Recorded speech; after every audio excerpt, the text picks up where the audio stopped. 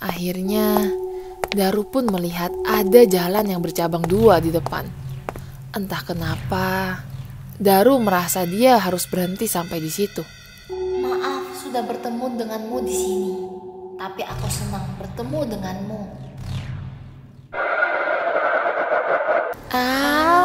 Kisah.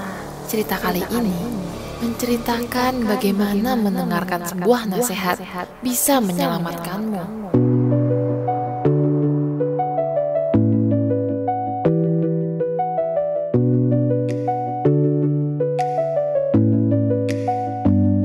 Cerita ini diangkat dari pengalaman nyata seorang remaja di keluargaku. Semua berawal dari perasaan tidak enak dan sebuah mimpi. Pada malam itu, Daru berbaring di ranjangnya seperti biasa, berusaha keras untuk melawan insomnianya. Tidak seperti biasa, Daru mulai merasa mengantuk, walaupun baru sebentar tidur-tiduran. Dalam kondisi setengah tidur, Daru tiba-tiba mendapatkan perasaan yang tidak enak. Rasanya seperti ada yang melihatnya, memperhatikannya. Perlahan, Daru sadar apa yang dia rasakan ternyata lebih dari itu. Dia mulai merasa seperti ada seseorang di kamarnya. Anehnya, rasa kantuknya itu malah makin menjadi-jadi. Daru tertidur dalam kondisi seperti itu. Padahal pikirannya ingin mengecek apa yang terjadi atau paling tidak melakukan sesuatu. Daru tidak ingat bagaimana mimpi itu dimulai. Hal yang pertama diingatnya, dia ada di luar rumahnya dan berada di sebuah jalan yang panjang dan kosong. Tidak ada rumah atau barang apapun di sekitar rumah dan jalan itu.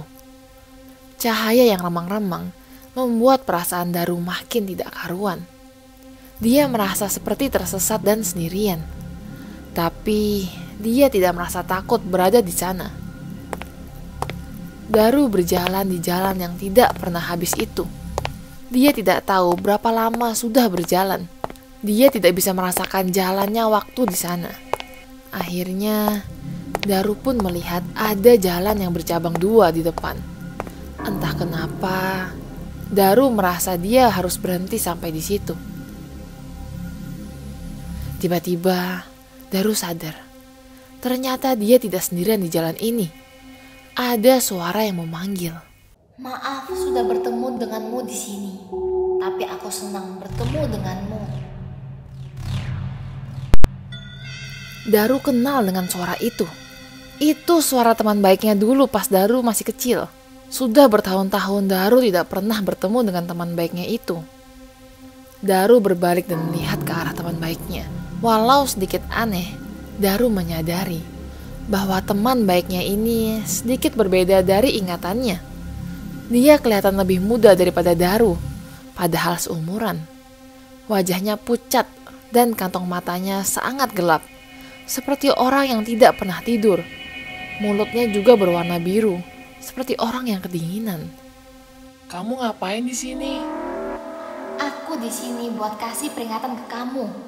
Ada orang di dalam rumahmu. Hah? Maksudnya? Aku baru aja dari rumahku. Kamu gak ngerti. Wajah teman baiknya itu terlihat seperti sedang ada keadaan darurat. Dia ada di rumahmu sekarang. Daru tidak paham apa yang dibicarakan oleh teman baiknya ini, tapi dia cukup penasaran. Siapa? Mates. Dia datang pas malam-malam ke tempat orang yang takut. Dia nunggu orang sadar akan kehadirannya, baru dia akan beraksi. Kamu pernah kan ngerasain kayak merinding di sekujur punggungmu, bulu kudukmu naik semua? Itu dia lagi ada di belakangmu. Apa yang dia bakal lakukan pas kita sadar dia hadir? Teman baiknya menunduk sedikit lalu berkata, Jangan biarin dia masuk. Hah? Maksudnya? Dia bisa dekat denganmu kapanpun dia mau. Dia bakal jalan di dalam rumahmu dan bahkan berdiri di sampingmu ketika kamu tidur, kayak kamu sekarang. Dia bisa tahu kamu di mana, kemanapun kamu pergi. Tapi dia nggak akan bisa dapetin kamu, kecuali kamu biarin dia masuk. Hah? Gimana caranya dia cari aku? Nggak, maksudku gimana caranya kasih masuk? Teman baiknya itu menoleh ke kanan, ke kiri, seakan takut ada yang mendengarnya. Dia berbisik ke Daru. Kalau kamu lihat dia, dengar dia, atau kamu merasa tiba-tiba dingin, jangan gerak. Jangan ngomong ke dia. Jangan akui dia. Jangan biarin dia masuk. Jangan. Aku nggak ngerti gimana caranya buat singkirin dia. Kamu gak bisa. Waktuku sudah habis. Waktu habis. Teman baiknya itu hanya menggelengkan kepalanya. Daru sadar, temannya mulai menggigil. Lalu dari belakang muncul sosok bayangan yang menerkam teman baiknya itu. Waktuku sudah habis. Apapun yang kamu lakukan, jangan biarin dia masuk.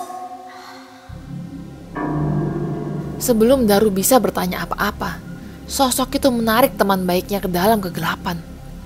Dan Daru pun terbangun karena mendengar suara yang keras. Sewaktu bangun, Daru menemukan dirinya duduk tegak di ranjang. Kakinya pegal dan capek. Dia merasa kedinginan. Daru baru sadar, ternyata suara HP-nya ini yang membangunkannya.